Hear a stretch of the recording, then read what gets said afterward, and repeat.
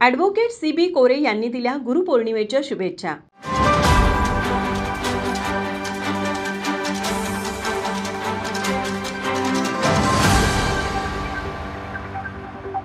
पश्चिम महाराष्ट्रातील कायद्याच्या क्षेत्रात आपल्या नावलौकिकाने एक विशिष्ट ओळख निर्माण करणारे ॲडव्होकेट CB कोरे हे केवळ एक यशस्वी वकीलच नाहीत, तर सामाजिक न्यायासाठी झटणारे एक अत्यंत संवेदनशील व्यक्तिमत्व आहे. वाहन अपघात व इतर नागरी प्रकरणांमध्ये गरजू लोकांना न्याय मिळवून दिला आहे.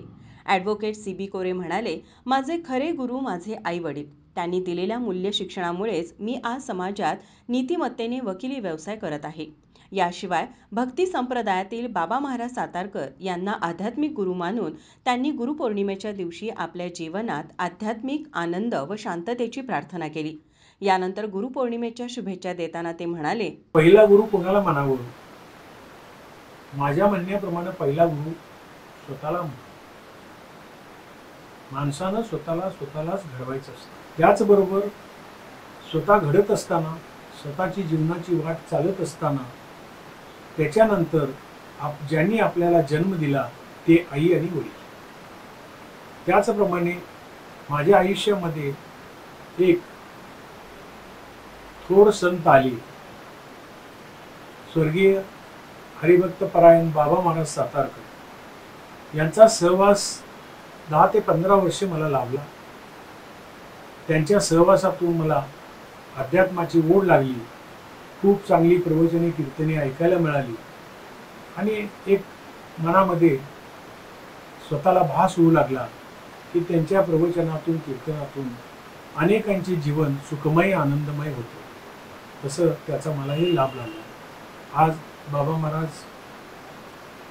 आपल्यामध्ये नसले, त्यांचा सहवास जरी नसला, तर त्यांनी जे काही कीर्तन प्रवचने केलेली आहेत त्यांच्या काही कॅसेट्स, DVD यांच्या माध्यमातून ते आपल्या जवळ असण्याचा भास होतो. याचबरोबर एक मुद्दा म्हणून एक प्राध्यापकांचा उल्लेख करावा असं वाटतो मला, की खरंच त्यांना मला गुरु मानावंच वाटतं आणि मी मानतो त्यांना, की प्राध्यापक राम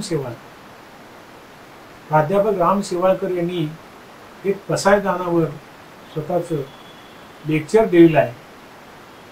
साक्षात ज्ञानेश्वरी, अखंड ज्ञानेश्वरीची शाय जर म्हणलं तर वावगं ठरणार नाही. की त्या पसायदानामध्ये त्यांनी अतिशय दीर्घ आणि एक मोठासा अर्थ सांगितलेला आहे की पसायदान म्हणजे काय, ज्ञानेश्वरांनी कोणासाठी काय, श्री संत ज्ञानेश्वरांनी कोणासाठी काय मागितलं, तर श्री संत ज्ञानेश्वरांनी स्वतःसाठी काहीही मागितलं नाही.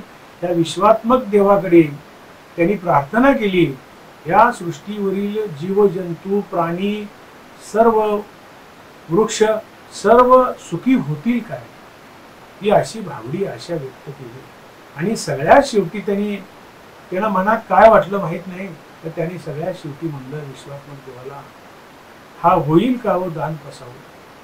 तर ज्ञानेश्वर, एकनाथ महाराज, निवृत्ती महाराज असे अनेक संत या महाराष्ट्राला, या महाराष्ट्राच्या मातीतून मिळाले. आणि या मातीतून एकनाथ, नामदेव, जनाबाई, तुकाराम, निवृत्तीनाथ हे सगळे या मातीतून चालत महाराष्ट्राच्या गेलेले आहेत. या महाराष्ट्राची माती अतिशय पवित्र आहे. ही ती माती जरी आपण कपाळाला लावली तरी आपल्याला गुरु मिळालेल्याचा आनंद मिळतो. आणि खरंच आज या महाराष्ट्राचं नाव जगामध्ये असण्याचं कारण एकच आहे, की महाराष्ट्र ही संतांची भूमी आहे. महाराष्ट्र ही संतांची भूमी आहे, विचाराची भूमी आहे, अध्यात्माची भूमी आहे. सर्व जाती धर्माच्या माणसांना घेऊन, लोकांना घेऊन एकत्र राहण्याची हे आहे. पुन्हा एकदा गुरुपौर्णिमेच्या निमित्तानं सर्वांना माझ्या मनपूर्वक शुभेच्छा.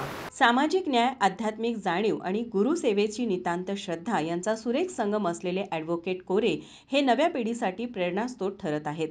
गुरुपौर्णिमेच्या पावन दिनी त्यांनी समाजातील प्रत्येक व्यक्तीने आपल्या जीवनातील गुरुचा सन्मान करावा असा संदेशही दिला. माझा महाराष्ट्र न्यूजसाठी कॅमेरामन नाज अत्तारसह पांडुरंग फिरंगे, कोल्हापूर.